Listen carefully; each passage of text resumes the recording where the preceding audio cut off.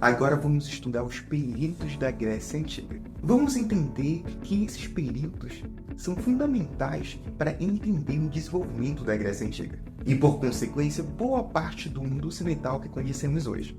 O primeiro período a ser estudado é o período homérico, que vai até o ano de 1100 a.C., mais ou menos. Nesse período surgiram as primeiras civilizações na região, no sul da Península Balcânica, como a civilização cretense, também chamada de minoica, famosa aí pelos seus palácios elaborados, e também a civilização micênica, conhecida pelos seus palácios fortificados e suas tumbas em formas de colmeia. O segundo período é o período homérico, que vai ali do ano 1100 a 800 a.C. O nome desse período é batizado em homenagem ao poeta Homero. Nesse período se tem poucos registros escritos, e as principais fontes de informações são justamente as epopeias, ou seja, poesias épicas ou heróicas, escritas por Homero.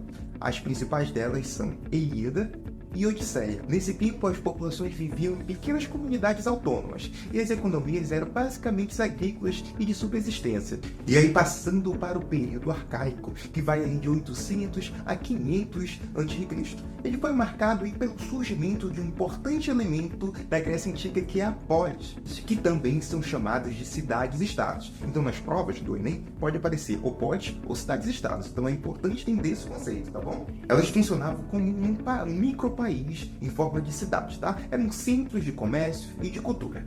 Atenas e Esparta, elas se destacaram em todas as outras que surgiram aí na Grécia Antiga, tá? Nesse período ocorreu também as colonizações gregas mais distantes, expandindo a influência grega pelo mar Mediterrâneo, principalmente pelo desenvolvimento náutico. E quem vai liderar o desenvolvimento náutico vai ser justamente a cidade-estado de Atenas. O período clássico, que é entre 500 e 338 a.C., é visto como o auge da Grécia Antiga. É uma época de grande florescimento cultural e filosófico. Figuras emblemáticas como Sócrates, Platão, Aristóteles na filosofia, por exemplo, e Hipócrates na medicina foram grandes nomes que se tornaram clássicos, né, para a nossa ciência e para a nossa cultura. E isso eu estou falando da cultura ocidental, né, minha gente?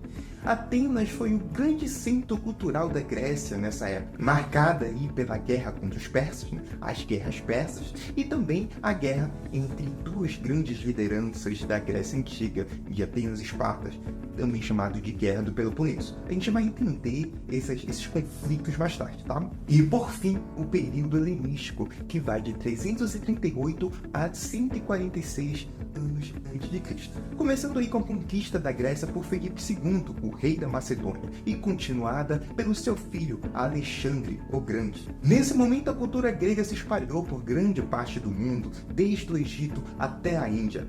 Mas apesar dos grandes avanços da ciência, da filosofia, da arte, a Grécia perdeu sua autonomia política e caiu sob o domínio dos romanos. Os romanos também a gente vai estudar, mas não é agora a hora, tá bom? A gente vai se aprofundar mais um pouquinho sobre a história da Grécia e ver os acontecimentos pormenores, tá bom? Até mais!